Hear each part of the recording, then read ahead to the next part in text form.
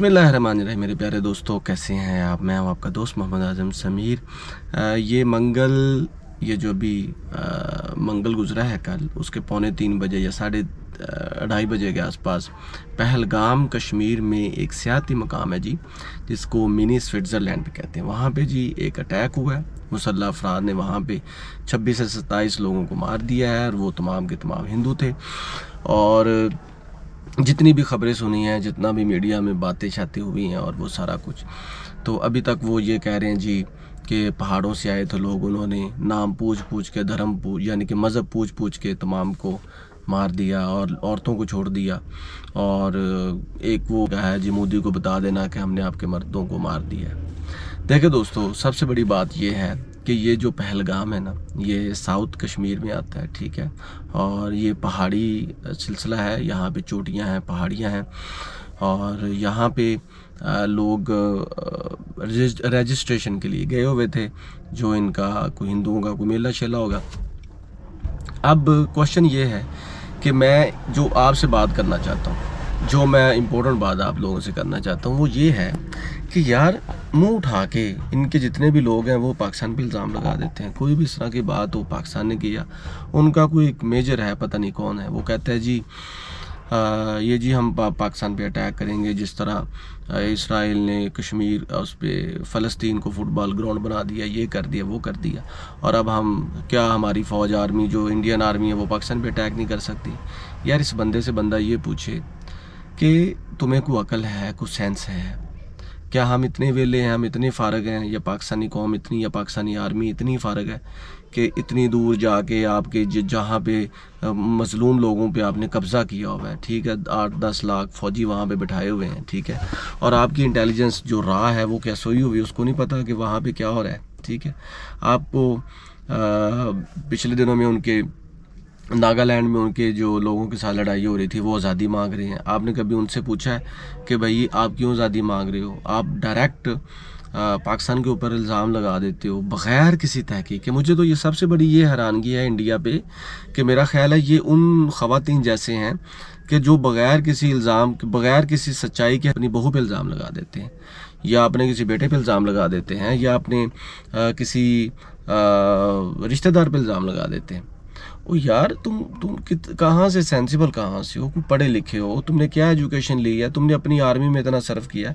ये एक उनका मेजर नहीं है, और बहुत से मेजर हैं, ठीक है, जो और बहुत, और ये जो इस तरह की बातें करते हैं ना, ये वही करते हैं जो बिल्कुल रिटायर्ड हो चुके हैं, जिनको कोई पूछता भी नहीं है। जैसे उनके इंडिया के जो फिल्मी एक्टर और एक्ट्रेसेस हैं ना, कुछ, सारे नहीं, कुछ, वो जब उनको कोई काम नहीं ना देता तो फिर वो पाकिस्तान के ख़िलाफ़ बोलना शुरू कर देते हैं। शायद इस तरह लोग उनकी तरफ मुतवज्जे होते हैं, आई डोंट नो। और ये आई डोंट नो वाई, और ये इंसान के कमज़ोर होने की सबसे बड़ी अलामत होती है कि बग़ैर किसी तहकीक के किसी दूसरे बंदे पर इल्ज़ाम लगा दो। और इतना बड़ा इल्ज़ाम, यार मुझे ये बताओ कि पाकिस्तान में, बलूचिस्तान में या दूसरे इलाकों में कितने अटैक हुए हैं?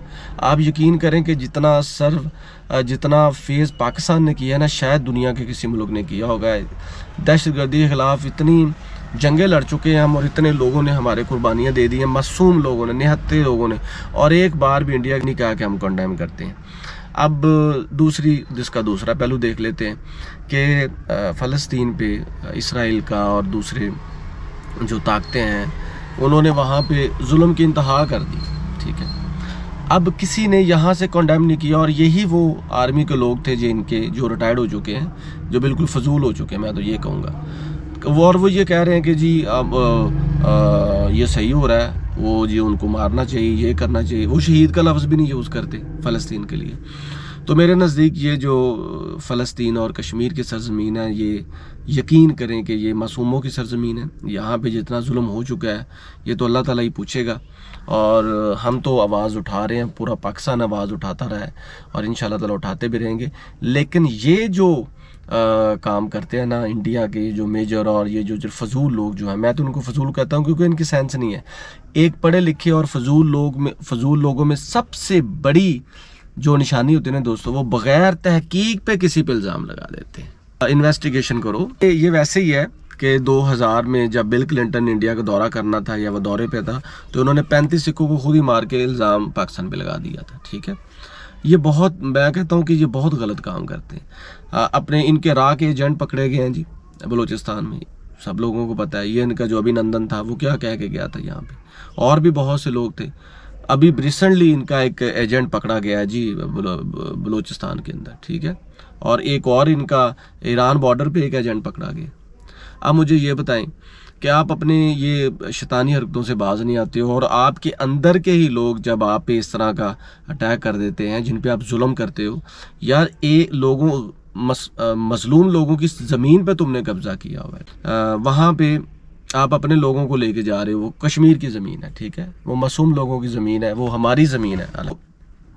वहाँ पे आप मजलूम लोगों की ज़मीन पे कब्ज़ा करके उनको मार रहे हो। कितने लोगों ने कुर्बानी दी, यकीन करें जितनी माएँ बहनें बेटियाँ कश्मीर और फ़लस्तीन पे वो शहीद हुई हैं ना, मेरा ख्याल पूरे ख़ित्ता में कहीं भी नहीं होंगी, ठीक है, इन दोनों को अगर मिला दिया जाए तो यार तुम शर्म ही नहीं कर रहे हो, तुम रुक ही नहीं रहे हो, तुम्हारे अंदर कोई सेंस ही नहीं है, और घुमा फिर आगे इल्ज़ाम पाकिस्तान पे। तो अपने आप को पहले एजुकेट करो, मैं तो ये कहता हूँ पहले एजुकेट करो, और फिर तुम बहुत तड़ियाँ लगाते हो जी हमारी रॉ है, हम बहुत बड़ी आर्मी, बहुत क्या आर्मी हो यार, तुम्हें पता ही नहीं है कि वो क्या हो गया वहाँ पे, और तुम इल्ज़ाम बगैर मुँह उठा के पाकिस्तान पे लगा रहे हो। पहले तहकीक करो। और मैं आपको एक बात बताऊँ, ये इंडिया की आवाम से मैं कह रहा हूँ, सबसे पहले ये जो आपके ये जो रॉ के और ये जितने बड़े बंदे हैं ना, इनको समझाओ, इनको ये बताओ कि फजूल बयान देने के बजाय ख़ुद तहकीक करें, और अपने अंदर पे ही पहले अंदर को ही साफ़ करें कि कौन कौन आपके ख़िलाफ़ है और किन किन पे आप जुल्म करें। अपना जुल्म बंद करें और आपका ये तमाम मामला ठीक हो जाएगा। तो मैं उम्मीद करता हूँ कि आपको मेरी बातें अच्छी लगी होंगी। अगर अच्छी लगी हो तो चैनल को सब्सक्राइब करें और आगे फैलाना मत भूलें। Thank you so much.